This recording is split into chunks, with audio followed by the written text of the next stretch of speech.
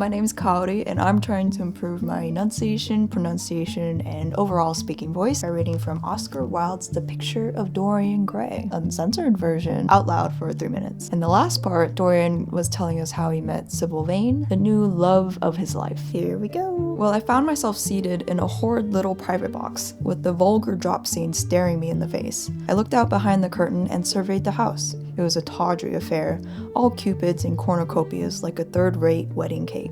The gallery and pit were fairly full, but the 2 rows of dingy stalls were quite empty, and there was hardly a person in what I suppose they called the dress circle. Women went about with oranges and ginger beer, and there was a terrible consumption of nuts going on. It must have been just like the palmy days of the British drama. Just like, I should fancy, and very horrid. I began to wonder what on earth I should do when I caught sight of the playbill. What do you think the play was, Harry? I should think The Idiot Boy, or Dumb but Innocent. Our fathers used to like that sort of piece, I believe. The longer I live, Dorian, the more keenly I feel that whatever was good enough for our fathers is not good enough for us. In art as in politics, les grands-pères ont toujours tort.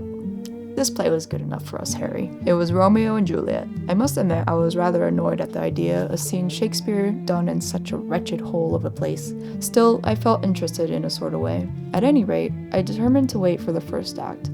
There was a dreadful orchestra, presided over by a young Jew who sat at a cracked piano that nearly drove me away.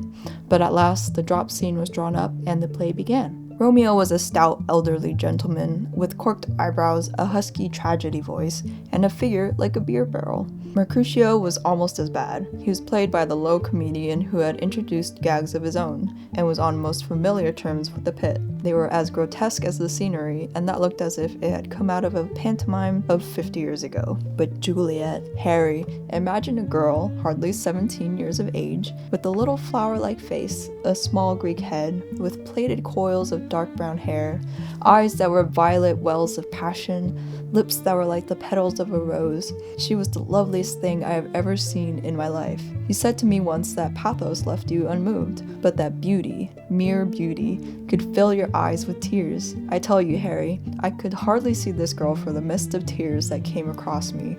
And her voice, I never heard such a voice.